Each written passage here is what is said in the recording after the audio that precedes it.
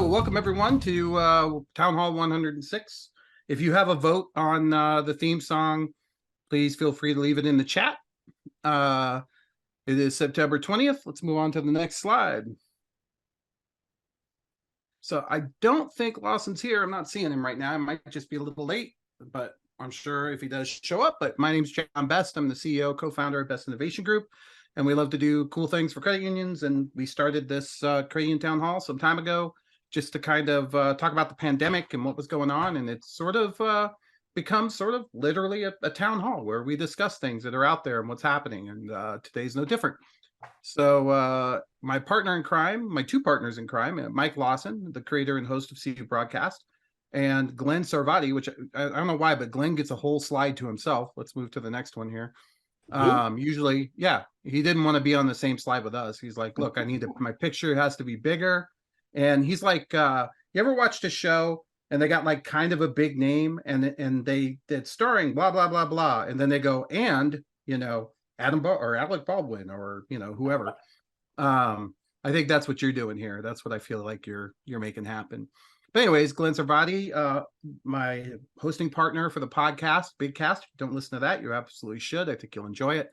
And managing principal of 154 Advisors and the best payments guy I know, plus one of the best people around. So, and I'm looking forward to seeing you next week in person. Very excited for our in-person Innovation Club meeting out at Suncoast.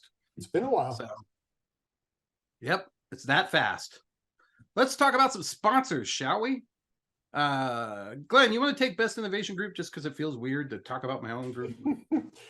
I think everybody here knows about the Best Innovation Group. If you're not visiting the website, big-fintech.com, there's a lot of interesting stuff that if you're not aware just from being on the town hall, the different types of services that run the gamut from the voice response, the 5 unit, the artificial intelligence. There's multiple drop-down tabs. You'll find more than enough. The Innovation Club that John just mentioned, worth checking out. Yep.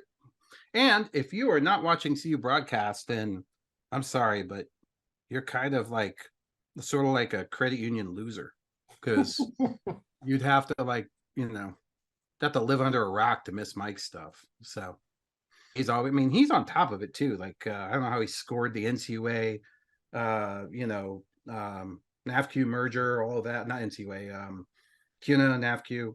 Those are the same letters, right? I just mixed. You'd have a real scoop if NCUA merged with NAFQ. He did. And always CUNA Councils, which I'm excited to announce. I will be in Denver 2 weeks from now. So we'll be out there at the Tech Ops Conference, and I'll be hanging out at the Bonafide booth if you want to find me. I'm also doing a couple panels. I may be speaking. I don't know the whole deal, but I know I got to go. And I guess they haven't rebranded just yet, right? I mean, with the merger going on. Yep, they're still in the middle of it. But won't be True Stage Councils. And you know what, Glenn? I got a question. If you were looking to find out about, the best fintechs, and you were looking for, information about it, and if you were a fintech and you were looking to get involved in the credit space and you wanted someone to really understand them, who would you go to? Well, given that they're not too far down the street from me, and I know a few of them personally, I would have to go with the William Mills Agency. I mean, it's really amazing if you look at the roster they've got of the fintech companies in the space and who they help to promote and provide visibility to. So I don't think you could find a better source to get your message out to the marketplace. Yeah. So we thank them and we welcome Amber. So let's get into it. Today we're going to talk about these Las Vegas hacks. I know I've had a few people reach out to me and are interested. So we're going to jump in. If we have those slides, Madison, let's just go ahead and pull them up and I'll kind of get to it. So what do you know about it, Glenn? I've heard that it affected a couple of, it mainly affected, I believe it was MGM Grand, right? Mm-hmm. And I know Caesars had taken, I guess, did they actually pay to avoid getting hit? Because I've seen Caesars' name implicated. They did, and you're getting ahead. But let's go for it. So let's go ahead, Madison, and play the video I sent you. Hopefully you have it. It's 2 minutes and 59 seconds, but it's worth it. Everybody just hang in there, because I want to explain this, because you're really going to want to know how they did this and why you might be in trouble, or why you might, what you might have to do. I think you're going to have to go back in and out and enable the sound, maybe. Hi, Gabe from Optimize here. Last week, Okta reported that their customers were being targeted by social engineering attacks that allowed hackers to access their downstream apps and impersonate privileged users. In this video, I want to quickly run through how the attack works and how Optimize can help you to protect your Okta from these kinds of attacks. I'll start off though by saying that if your organization may have been impacted by this attack or other identity-based issues, please reach out to us for a free checkup of your Okta. Now let's dive in. The attack starts by phishing the Okta admin's creds, and then moves over to socially engineering the IT help desk to get them to disable the MFA and allow the attackers to log in. But it's when we get to this next step that this gets really interesting. The attackers use their super admin privileges to connect their own malicious IDP to the Okta. This way, Let's pause that right there real quick. I want to add something. So when he says they're super admin, you need to know that in 2022, late 2022, Okta, which is the company that provides almost like a SharePoint knowledge base platform, was hacked, and it got they got this ability. They were able to get the code, and it was a Russian group. And so when he says the super admin, he's going to show you what that means. But this is similar in some ways to the SolarWinds hack, which, if you remember, that company, they got into the build process and managed to put a set of Trojans into that build process, and then those were pushed out to all these servers. So Okta is sort of it reminds me of like Monday.com, or like, but a much more powerful and expensive version that does a lot of other stuff. And one of the main things it does is this identity provider piece. So let's keep going. And all the downstream apps. What they're basically doing here is abusing Okta's ability to use upstream data sources like IDP or HR apps to pass on identity context and permissions and authentication. So how does all this work? First, they select the org-to-org application from the library, add an integration. They name it Jill's company and choose the authentication method, in this case SAML, and download the certificate. Now, add the identity provider and select SAML 2.0 IDP in the target tenant. Let's call it Innocent IDP and enter the issuer URI and certificate. Now finalize the SSO configuration on the attacker side and assign people to the app, telling Okta which user to sign them in as. No need for creds here or even getting around MFA. Now, from the dashboard in the malicious spoke, we are one click away from the hub. Just click on it and we are logged into Jill's company as Jill, the CEO. Our attacker can now access our Okta hub as any user they want with a malicious IDP, accessing all the apps there and even impersonate privileged users in those apps or pull out clear text passwords. The impact is that the attacker achieves an exceedingly high level of persistence and can log in as any user he wants at any time, regardless of changes to account login credentials, so long as the IDP stays connected. Our security research team has found at least 5 different ways for attackers to achieve strong persistence in Okta as part of these attack flows. Now, let's take a look at how Optimize could help to prevent these attacks. Right, let's stop it here. For starters, I don't know anything about this company, but what I do know is this guy did a very good job of explaining it, and that's what I wanted to use. So let's go back to the slide.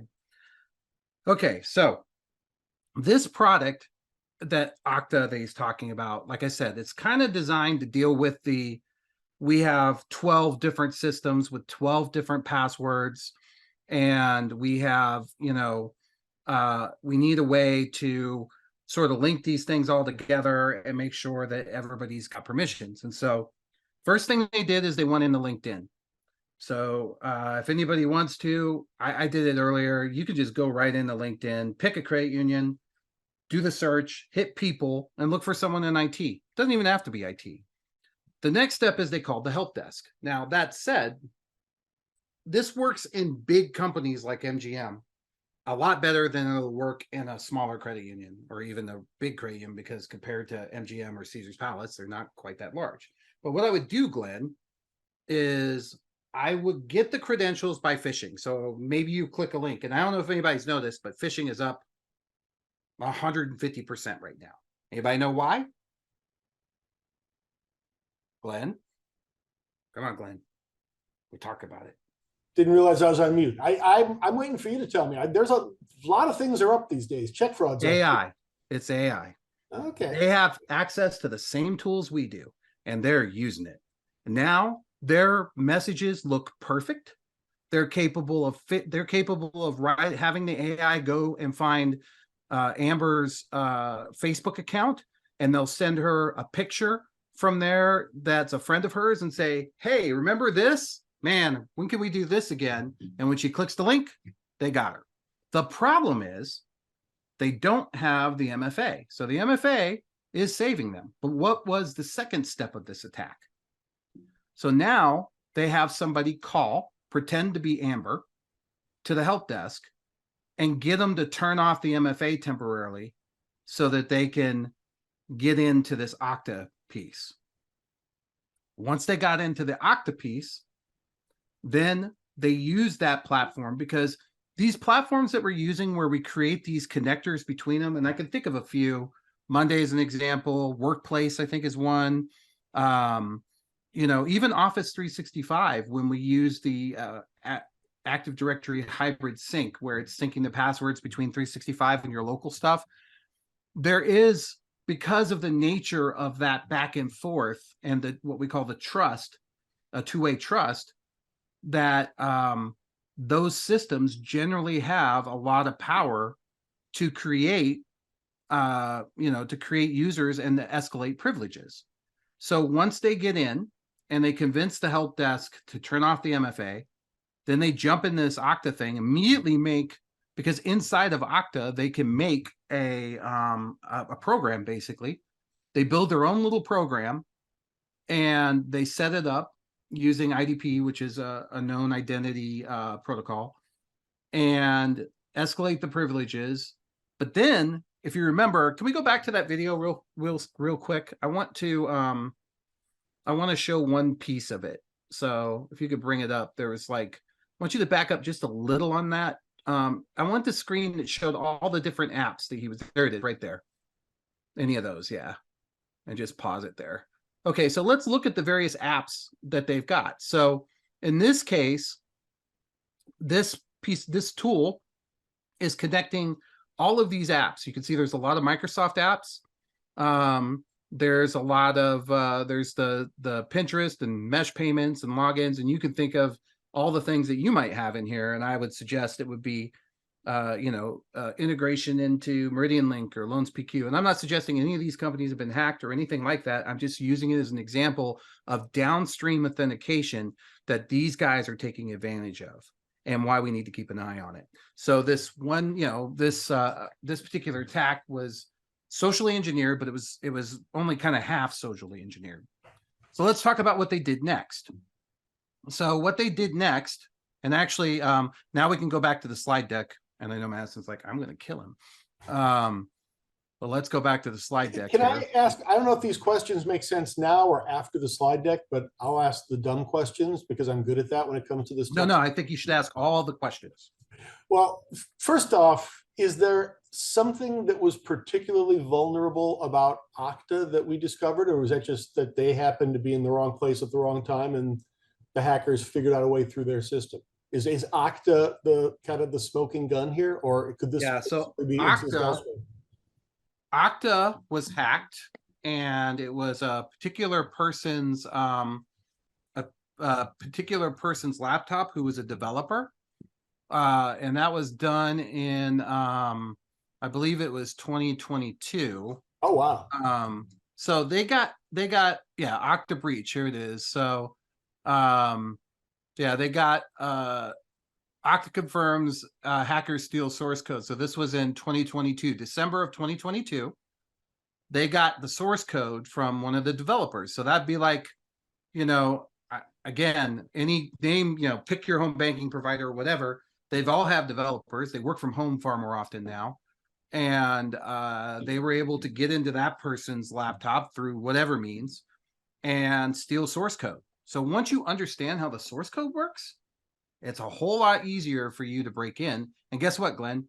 It used to be that you would have to take that source code and you'd have to have a psycho person go through it like me and look at like every line of code and go, aha, Here's where they didn't do it. They didn't cleanse this input. They didn't check to see if other characters would be in this. This is my moment. This is where I And can use this to that's get and in. that's where the AI comes in. Now they got the AI. They just send it through, they analyze it, and it goes, hey, here's how you could get in. So Another That's a question great about question. is it just again a coincidence? Did they consciously target the hotel industry, the casino industry? Is it known? No, Do they I think use the way- Okta more than others? Do banks use Okta? I think the way this works is this. You're always looking, they run these scanners all the time, and they're always looking, if they can get in somebody's PC, they will. Then they start poking around. And then let's say they find, oh wow, I just got into this guy's PC. It's a company called Okta. Ooh, I know that the Spider Group, which is the group that's doing this, might be interested in this. So now I'm going to sell that information to Spider. Spider goes, ooh, we'll take that. That's great. Then once they go, okay, we'll add it to our toolbox. We know that we can get into Okta. Who are Okta's clients? Okay, MGM, Caesar, they have 17,000 clients, all Fortune 500 or bigger across the world. And so, okay, this was a real big one. But I don't think it's targeted. I think it's just like I said, it's you're cruising around, you come across it, you go, ooh, this is valuable. And, you sell it. And that's what a 0-day is. Just The seems zero odd. day The fact that they hit two refers- casinos is the two high profile. That's one of the things I was wondering. Oh, by the way, it's 5 casinos total. It's not just 2. Oh, really? Okay, I only heard about the two. Yeah, that's right. You don't hear about the other 3 because they're Did smaller the casinos. other ones? But, Did the other ones pay them, or how did they stay out of the headlines? well, that's where we're going next. Okay. So, if you haven't gone and looked at this, it's pretty crazy. There are people just walking around, and this is today, walking around with their phone, and they are videoing every slot machine in the casino. And I'm assuming many of us have been to Las Vegas. The casino floor is always just ginormous. There's, and the noise that I can't imagine how quiet it must be in there right now, but they all say the same thing. They've got a note up that says, this system is, a ransomware. And if you walk up, you'll see it. Now, how did they do this? Well, it turns out that all of these little slot machines anymore basically are just computers. They're running a version of an operating system, either Linux or Windows CE or Windows another one. So they're vulnerable. If you have an admin tool, you can get into them. And if you have the correct credentials, which presumably once you get a CEO credential, you would have that, then you can get in and you can go ahead and put in your malware and then watch the ransomware go. And so they just set up a group policy, which is a little program that'll run on every computer, and they loaded their malware and encrypted everything. This is no different than what happened to the hospitals. Then they made a ransom demand. So, but before they did that, I just wanted to give you this. This is a current update from today, just before this. It says our resorts and dining services are all operating normally, and we'd love to have you. Our gaming floors and poker tables. So anything that's not using a computer is okay. But the reality is that their slots are not totally recording, and they're not able to give out. The only way they're able to give out if you play a slot is they have to come over and give you your money, because the system that tracks all that, because they've gone to these cards now where it's like Chuck E. Cheese but on a card, is that it gets pushed into those. Another example: door keys don't work. People couldn't get in rooms, couldn't get out of their rooms. They had to go around and open all those up manually. Anybody ever been to Vegas and seen the amount of rooms that they have? It would be ridiculous. They didn't have enough people to go and open all those doors manually for everyone. So this is a huge, big deal. And I want to translate that a little bit to us here in a minute, and then we'll move on. But let's go to the next slide. So who did this and why? Well, let's look at that. So the group that did it is called Spider, right? Scattered Spider, also known as UNC 3944, which is a Russian group. They've been in the systems since 9/8/23. This is something I say a lot, Glenn. I know you've heard me say it. People get concerned when they think that wow, things are going down. Wonder if we're being hacked or something. I am never concerned if we're being, when things are going down. You know why? It's like a good burglar. Nobody wants to alert, the alarms, right? They just want to, they really just want to be silent and be there. Well, they were in there silently doing nothing. Well, they were just poking around, planning what they were going to do. And so as a result of that, they knew that they kind of got caught. So here's the thing. This happened, by the way, in Saudi Arabia too. If you go look up a company called Aramco, Aramco also, Aramco was a Saudi Arabian oil company, and they were in there for 3 or 4 months, but then someone noticed them. And the moment that they noticed, they ran the ransomware and they clicked a button. It's basically their emergency button, because up until then, what they were doing was stealing information. They were collecting it, which, by the way, was what they were doing on this site too. They were collecting information. Guess who might they be after, Glenn? Who would be a good person to go after in the casino thing? Well, I'm wondering, are they looking for sensitive information about individuals, or I'm not sure. I was kind of trying to figure that one out. They're looking for the high rollers, man. They have you think have you ever, I got to do a tour of the casino. There you go. A whale. There you go. Lawson got it. They're looking, I got to do I think Lawson and I did it together. Mike, didn't we do a tour together of one of the casino security rooms? I don't know. I don't remember that. I want to say it was what's the tall one at the edge of town, the tower one? The Wynn? What's that? No, with the thing on top of it, with the roller coaster, the Stratosphere. Yeah. Yeah, you and I went to the Stratosphere and we walked through their security. Yeah, okay. And you know what? Even for their security, and they're not the best casino in the world, they had a legit security group. So this is crazy that they were able to move this fast. Mm-hmm. So basically, in this note, what they said was that, hey, we got access to this. We noticed that they knew they were starting to take steps to fix it. And we said, nope, that's the end of what we can get. So click the button, and ransomware went in. Well, to your point, it says that they only had been in since, I guess that, I'm assuming that's September 8th. That's not the European version of August 9th, but a couple of weeks. Compared to Aramco, I mean, this was already known by last week, right?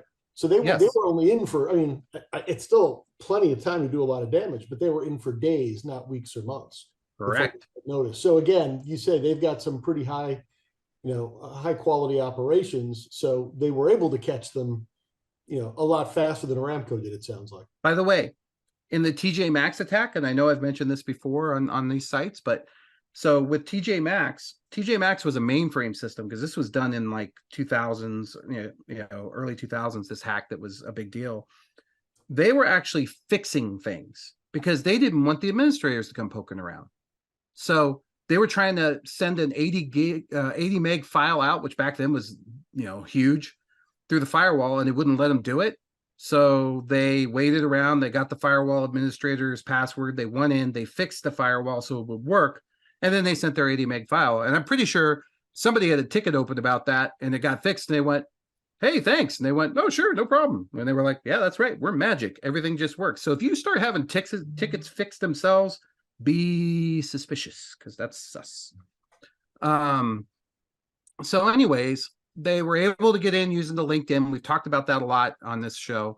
But look at the bottom. We still continue to have access to some of MGM's infrastructure. If a deal's not reached, we shall carry out additional attacks. We continue to wait for them to grow and reach out to us if they've clearly demonstrated that they know where to contact us. So to your point, that's the MGM. Caesars paid, which, by the way, nobody wanted them to do. Because now what they've done is they said, yeah, well, but I'm sure they did the math. We are losing X amount a day, and we pay this. It's a loss, but we're back in business. And so they paid. But are they susceptible to another one, though? Even though you pay the ransom? Oh, they're always susceptible to. They're probably. They could come back and do it again, right? Right. Well, supposedly the bad guys will, if you pay, they'll keep their word and hackers code or honor code or whatever it is, and they'll delete your stuff. But my point is, if they've been in since the 8th, if you gave me 15 days of unfettered access in your network, and there were 10 of me, and I had nothing to do but figure out your world, I want to think about it, especially with AI now, because I can triple my output now, maybe more. I would know all kinds of stuff. I'd have sniffers running. I'd be collecting data. I'd understand how the flow worked. So yeah, maybe they go away for a while, but I think they're likely to come back. So I don't know if that was good strategy or not. I'm going to say no. Now, if it was a hospital, Mike, we've talked about this before on this show. Yeah. That's a different story, right? Because now people's lives are at risk. But in a casino, I don't know. I don't know that I would have paid. I agree with you.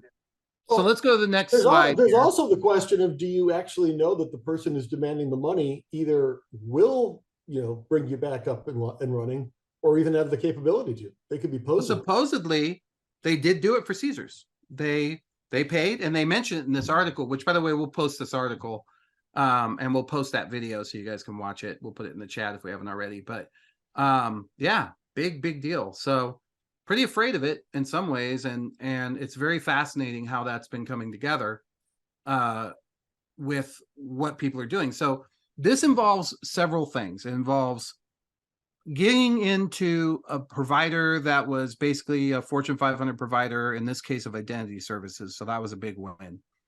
In our world, that would be like, getting into, I'm just going to make up something, Meridian Link or these, and trust me, they are solid. I'm just using it as an example, like this third-party system that's out there. Now, Okta is not really that. It's more, there are other systems that sort of deal with single sign-on pass-throughs to other things, but and then the social engineering. I believe that the social engineering is working more often for two reasons. For one reason, AI. I think AI is allowing them to write more, to write better, organized and structured emails and text and the various things they do to try to get in. I also think that it could be aiding them with regard to the social engineering aspect of it, of calling a help desk. There are many of these larger groups, and even Crayons, they're looking at things like Threads, which is a help desk that runs in Teams. So if you already have access, if you could get in, then you could just go into the help desk and put your ticket in there, presumably. So what should Crayons do? What's the thing here? Well, first of all, let's back up 2 pages here. Let's go to that thing. So imagine that you had to put up one more. Yeah, that guy right there. Yep. This, like, what does this look like for you?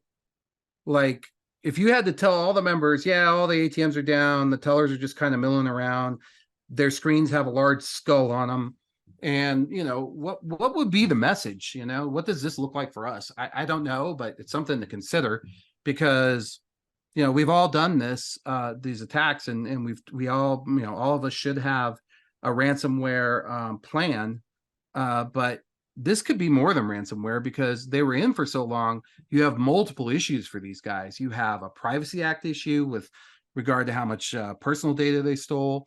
You may have money issues, because guess what? All of those accounts have on them credit cards, every one of them. That's what you link it to, when you go in. So in our world, that could be something pretty common. Where I think we're a little safer is we're not the scale of an organization where I think it would be easy for someone to impersonate a vice president or someone and have a help desk person not question it. But a little bit of work and a little bit of voice cloning, and I don't have to beat the voice. Recognition, because there's no voice recognition in the help desk, which is something I was thinking about. Maybe that's something we need to add in. That could be a Luma Labs, if you're listening, that could be a really useful thing, because if we're doing it for our members, maybe we should be doing it for the staff too. That could stop it. The next one that I think that we need to cover is, we need to know that we can't completely hide behind MFA, and it should be an act of God to turn off MFA. You should have to call somebody like the CEO. I mean, no matter what somebody says, we need to drill that into everybody because I know it's saving people left and right. And When you mentioned before, I mean, is it really that easy to convince someone, and do the people at the tech support desk have the ability to turn that off? I was a little bit I've surprised. that watched was even a Stickley do it. capability. Heck, I conned my way in the Stickley's hotel room in a casino in the MGM using his badge. I walked up, I said, I'm Jim Stickley. I stole his badge off the bar and I showed it to him. And I said, I got to get in my room, and I locked my keys in. They walked me upstairs, opened the room, said, thanks, bye, and let me in Jim Stickley's room. So, yeah, he's right. Most FI's version. Scott, you can say that out loud if you want to unmute. I didn't want to be too snarky, but I'm here. Yeah. No, I think you're right. I think that's my concern, is that that's something I think that you need to have on hand. But it's going to get out pretty quick that, you're going to have a PR problem pretty quick, I think. Is that something you guys handle, Scott? Yeah, we do. And there's two kinds of prep for crisis PR.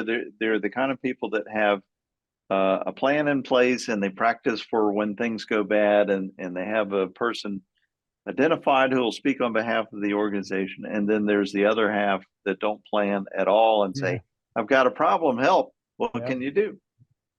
And we've done a couple of incident response training. There's a vendor in the banking industry that would have us up yearly, and we would kind of role play what would happen in the event of a cyber attack, and that was helpful for them. But most of the times we get the call when there's a problem. It's like, do you have experience with this? It's like, no, but let's talk about what needs to be done. And a lot of times, Scott, it's too late when it gets to that point, right? Because it's very reactionary. So planning, like most things, is of the utmost importance. So in that article, Scott, the attackers are actually talking. The hackers they're giving an interview to that in that article I was showing. The next slide. Mm-hmm. And one of the things they say is, and we know they can't restore their backups because we deleted them. How horrifying is that? It just saying it out loud kind of makes my stomach turn. So I think this is a good cautionary tale for us. And I do think people need to have that plan. With regard to what we're going to do for with the PR plan. I highly recommend reaching out to Scott and his team or somebody, because I see this as reputational risk that's just as high as the other things that are happening. I mean, if you got a choice on 10 casinos on the Strip, and that what's the one at the end, the Australian one, Monterey Bay, or I forget the name of it, Mango Bay, that one hasn't been hacked and the other three have, where are you going to go? And there will be fallout from this for us, because every one of those high rollers and all the people and all the information they stole, there's legit probably our members' information in there, and probably credit cards. So this is going to spin out for some time. And I would imagine we'll have, we'll get alerts, we'll have all the things that we have to do and reach out. So another version of this was a little earlier this year, when the popular program called MoveIt was attacked and hacked. And MoveIt is used for sending large files back and forth with people securely. So, hey, I need to send you this zip file and it's 120 megs, so we'll use MoveIt. Well, MoveIt was hacked, and it's scary because it's primarily used, Mandalay Bay, that's it. It's primarily used for, wasn't there a wine cooler called Mandalay Bay? It's primarily used for storing secure information. So it's pretty scary. So I'll leave it at that. I just wanted to kind of do the anatomy and make sure everybody kind of saw how it happened. You need to button up on your LinkedIn. You need to look at, hey, go through your LinkedIn and look at it with an eye and say, who would I impersonate if I was going to try to get this done? And then maybe let everybody know. I mean, it's not that hard. None of us are that big. And then the follow-up is, if your vendor for whatever XYZ gets hacked earlier in the year, we got to keep track of that, especially if they get source code. That's something that everybody should know, be aware of, and maybe even consider some sort of backup plan for that. Two more questions, John. You mentioned earlier on there were 3 other casinos that also got hit. Where do they stand at this point? We don't know yet. It just happened, and So they haven't announced it. They're laying in wait. They could still be waiting to hit those guys too. Do we know who they are? No, they don't. They said they have 3 more, and they didn't say who. Oh, wow. So that could be psychological warfare too. Yeah. Okay. And then the other question is, any theories? I mean, I know I've been seeing predictions going back at least 5-6 years that it's only a matter of time before this happens. So, a major bank has their online systems, their ATM systems, whatever type of ledgers shut down. Are we really that lucky? Are we really that good? Why hasn't it happened yet? Well, I think there are bigger fish to fry for one thing. For another, Bigger I than a think major that- bank? Really? Wow. I would, unless, like I say, unless they have that much of a better ring fence. I mean, it seems like that. well, would we be do natural because honey. we're regulated. We're forced into a lot of this, and so we do it. But casinos are regulated by the Nevada Gaming, but I don't know that they're going through and doing cybersecurity audits on them at that level. Well, yeah, they're regulated for other reasons. Now they are. Priority. They will be now, right? Now they are.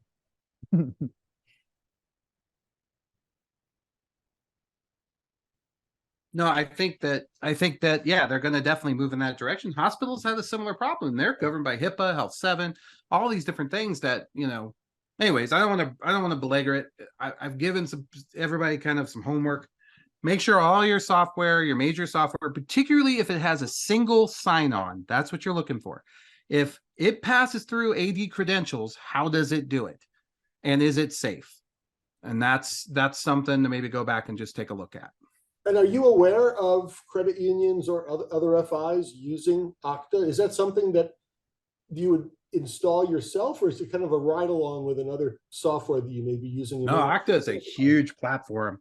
I don't know of any credit unions running it, but I'm sure there are. I mean, I gotta imagine there's some major players using it. I think it's for major players. I think it's That's fascinating. it's NCUA uses it for their Fred from corporate just mentioned it. So yeah. And so they definitely are at risk if they can get a hold of it. But that also means if you didn't patch it. And Okta has put out a patch, and that's another issue. I don't know that these 2 organizations patched it because they were able to create that little program, just a few clicks, and that's how they up their credentials. Was that Target? There was one of the other major breaches.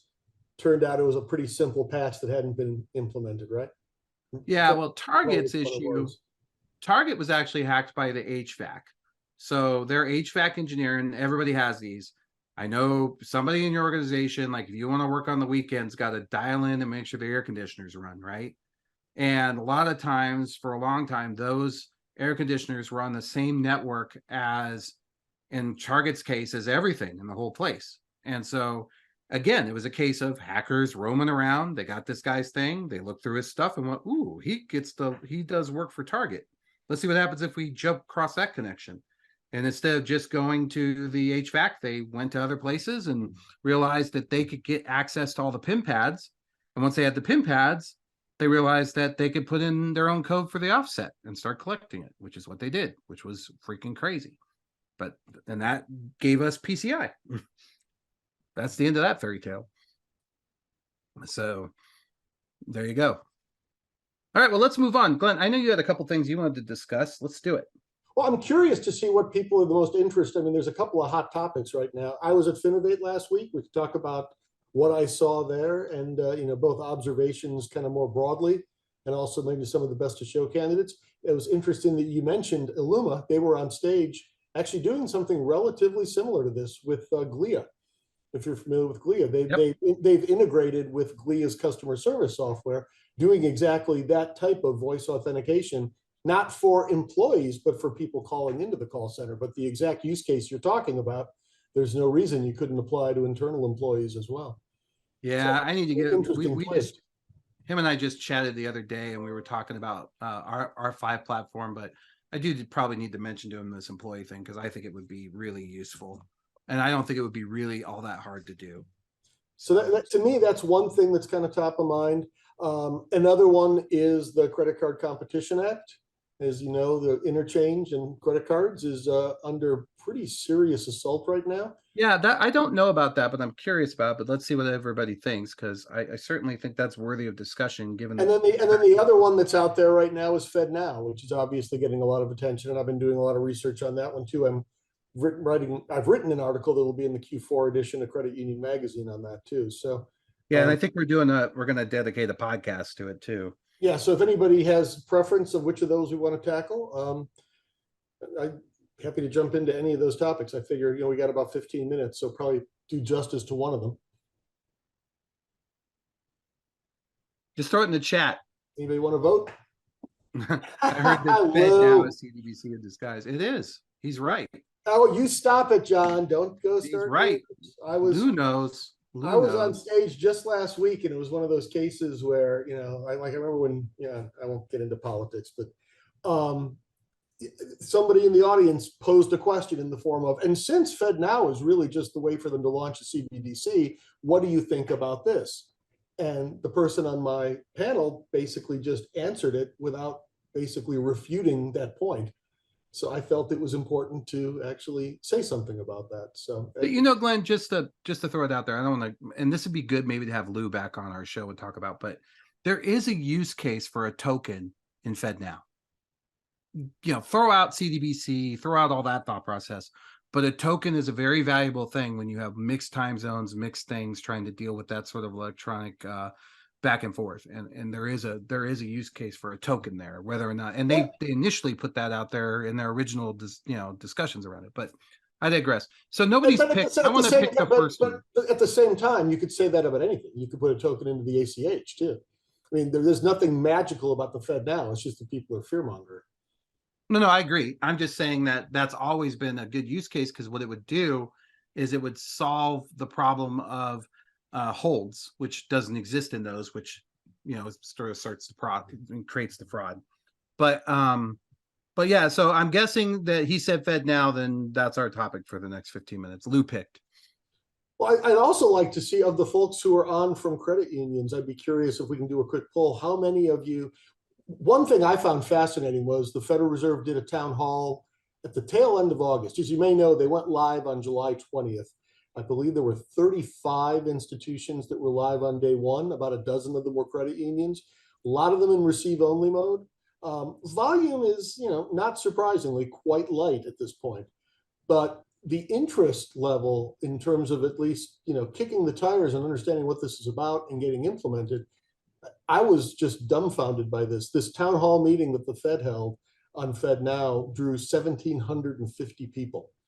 I mean, I can't think of the last time I've seen any kind of a webinar, unless it was for BTS or somebody doing a free concert or something like that would draw 1,750 people. So to me, that says that there's a lot of at least curiosity at the very minimum. And I've been hearing the Fed speak. They seem to be rolling new people out in terms of new institutions, enabling them at a rate of about one per day. So, it still is a matter of it's a long process to get the flywheel turning on this, but it seems to be happening. And then, of course, you've got RTP, which, is very, very similar in, objective and in architecture in many ways. That went live all the way back at the end of 2017. Now, I wouldn't expect it's going to take as long for the FedNow volume to really ramp up. But for perspective, they have now announced that RTP, who I think are getting a little bit frustrated at all the attention FedNow is getting, saying, wait, what about us? We're running, multiple times the transactions that the Fed is. They've run over 500 million transactions at this point, and they are now at the stage where they said they've had some days where they're running 1 million a day. Again, if you look at that compared to ACH or credit card, it's a drop in the bucket. But given that we're coming off of a dead stop and it's still not enabled by the majority of institutions, that's fairly impressive traction. And I think we're going to be seeing a lot more of that. I think what I'm hearing is everybody agrees that 2024 is the year that we're probably going to see. I don't know if it's a true inflection point, but certainly a lot more momentum that winds up going into this. But I'd love to hear what the credit unions online, if anybody has gone live, if anybody's in the process, if they're like, I don't care about this, don't bother me. I'd be really curious where everybody's head's at.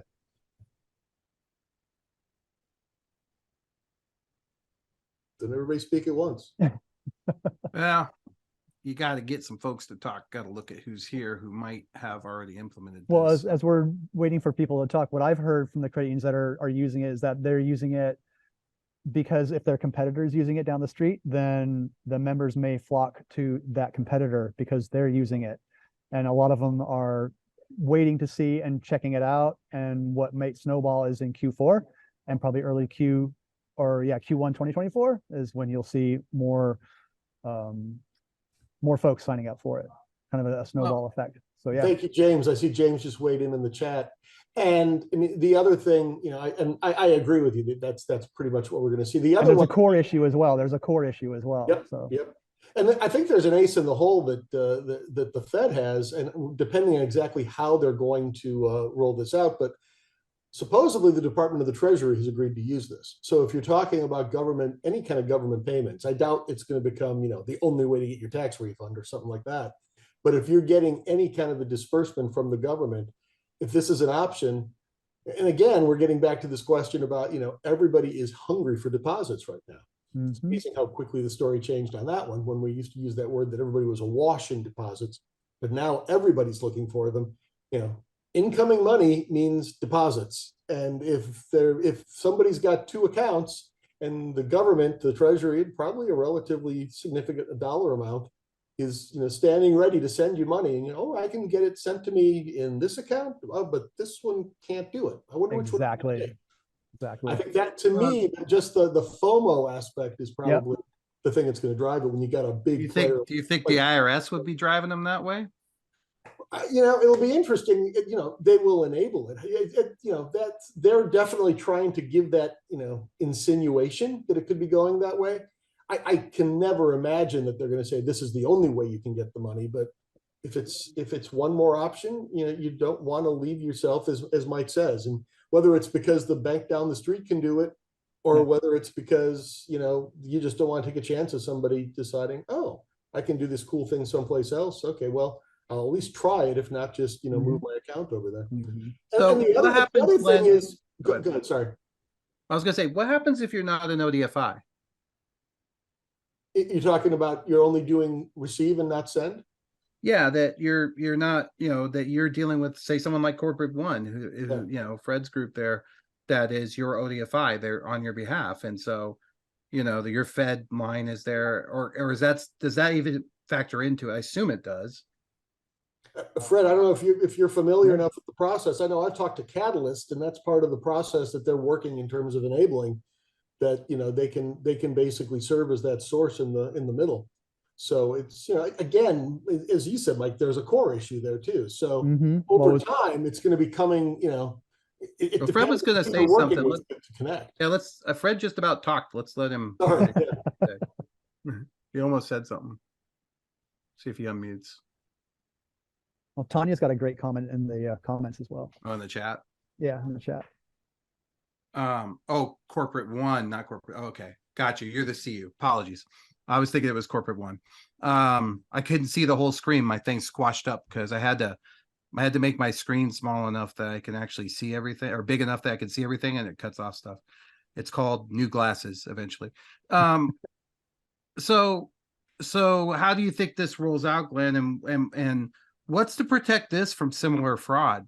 You know, what's the difference? Well, and with this? that has been one of the big things. And by the way, I'm looking at Tanya's comment too, and I totally agree. And that's kind of the recurring theme that I've been hearing when I interviewed several of the early adopters. It's like, we like to be, you know, early in understanding these things. Nobody's looking for it to absolutely, you know, be gangbusters, you know, on day 2 of live production. But, you know, the earlier you understand it, the more you can appreciate where the opportunities and use cases may be and start to develop those. So I think that makes a lot of sense. I'm also seeing, you know, again, most, maybe it's not most, but a pretty high percentage are going, at least initially, with receive only.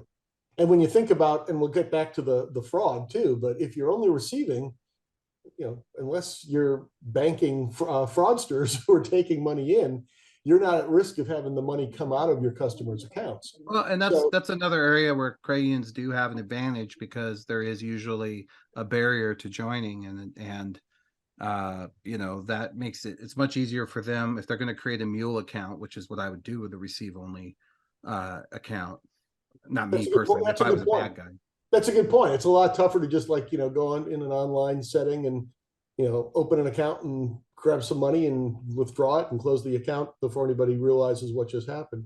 Oh yeah, that's So I was talking to Typhone, and they are going heavy in the Fed now. They're planning on not just for the Typhone app, but for everyone. They're planning on building an app that will. I think they're already done with it, for as far as I know, but will integrate into everything.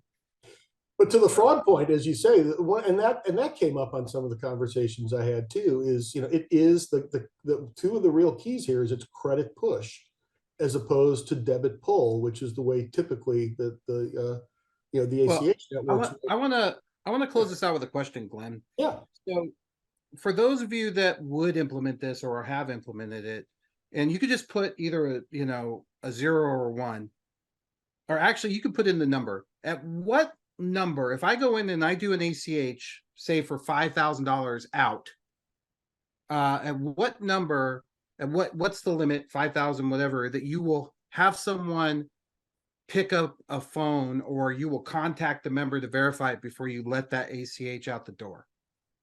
And I'm just curious what all the credit union settings are, because my concern with this is that ACH has always been this sort of the mortgage of payments. It's hard for people to understand. Try explaining it to a millennial that's never seen a check.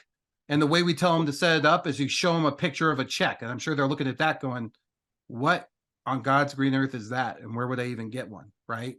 They know they can go find the routing number, but the account. I just had lunch with someone today. It's interesting you say that. They made that exact point that, she said, I'm almost positive this is getting sent electronically behind the scenes, but when they send me the form, on my screen to fill out, it looks like a check. So she's thinking, Right. Does that mean they're sending paper behind the scenes? No, but to some subset of the population, and a smaller share of it as time goes on, that was the way people thought about things. Well, they're not thinking about it that way anymore.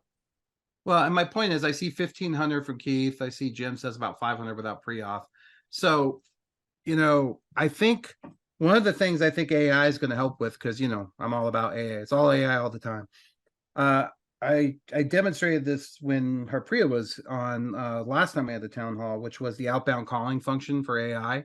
We're actually in next week's IC, we're going to demonstrate the ability to use AI to make all those calls, but to have it be more than just we think you did this or that, like the little recordings we get, but to actually have a conversation and even do the MFA. So it should be interesting, because I think that one of the unintended consequences of this is and I think part of the reason this is happening is what you're talking about, the how it's popular right now is going to be that there'll be a flood of them once you open it up, and keeping up with the pre-auths. And the thing is that people want to move big money with it.